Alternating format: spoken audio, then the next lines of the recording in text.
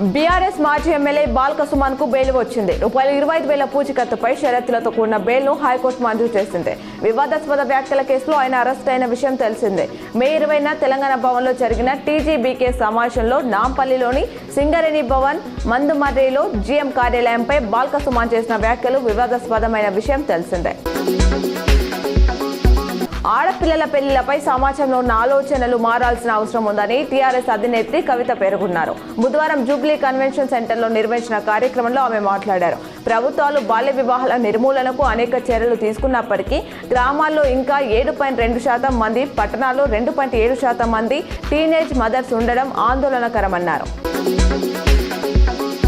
గ్రామాల్లో local jobs జాతర నెలకొంది. ఓవైపు రాష్ట్రంలో 18,982 అంగన్వాడీ టీచర్లు, ఆయల పోస్టులు, మరోవైపు 2,769 ప్రీ ప్రైమరీ స్కూళ్లలో 2,769 టీచర్లు, 2,769 ఆయాల చొప్పున మొత్తం 5,538 పోస్టులను భర్తీ చేస్తున్నారు. స్థానికంగా ఉండే ఉద్యోగాలు కావడం, వేతనాలు కూడా ఆశించిన స్థాయిలో ఉండడంతో గ్రామాల్లో డిమాండ్ పెరిగింది.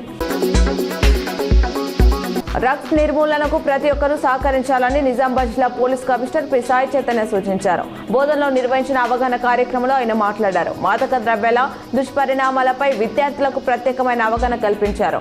Anti drugs soldier selfie point ను ప్రారంభించారు.